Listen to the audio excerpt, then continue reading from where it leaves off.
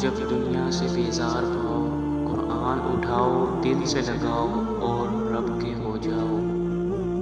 بے شک تنگی کے بعد آسانی ہے، بے شک تکلیف کے بعد راحت ہے۔ قرآن پڑھا کرو، بے شک میرے رب نے اس میں ہر مسئلے کا حل رکھا ہے،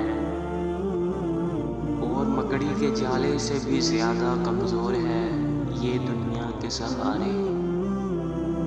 ہم دیکھ رہے ہیں بار بار تمہارا آسمان کی طرف منہ کرنا، تو ضرور ہم تمہیں پھیر دیں گے اس کی طرف جس میں تمہاری خوشی ہے۔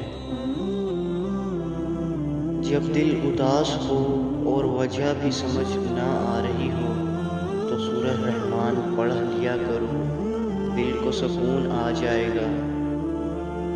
وہ آزماتا بھی ہے اور نوازتا بھی ہے، اس کا ہر انداز بہت خوبصورت ہے، کیونکہ وہ رحمان بھی ہے اور رحیم بھی۔ سورہ مریم ہمیں سکھاتی ہے کہ معجزے ہو سکتے ہیں، اللہ اپنے بندے کو تنہا نہیں چھوڑتا، مشکلات کا حل اللہ ہی نکال سکتا ہے، بے شک سب اللہ ہی کے حکم سے ہے۔ سورہ یاسین فجر کی نماز کے بعد پڑھنے سے ہر خواہش پوری ہوتی ہے۔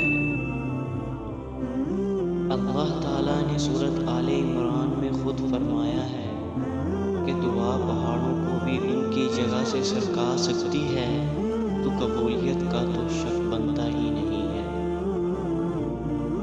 سورۃ نوح ہمیں یہ بتاتی ہے کہ اللہ کی محبت کے بغیر تم زندہ نہیں رہ سکتے، اللہ کا حکم مانو، اللہ سے ہدایت مانگو، اگر تم اللہ کی نافرمانی کرو گے تو اس کا عذاب سخت ہوگا۔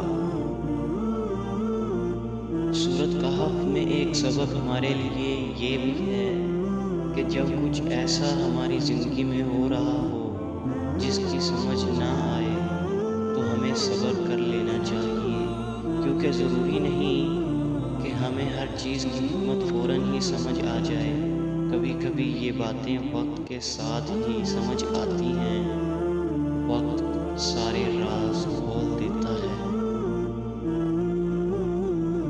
اے ایمان والو، پورے کے پورے اسلام میں داخل ہو جاؤ اور شیطان کے نقش قدم پر نہ چلو، کیونکہ وہ تمہارا کھلا دشمن ہے۔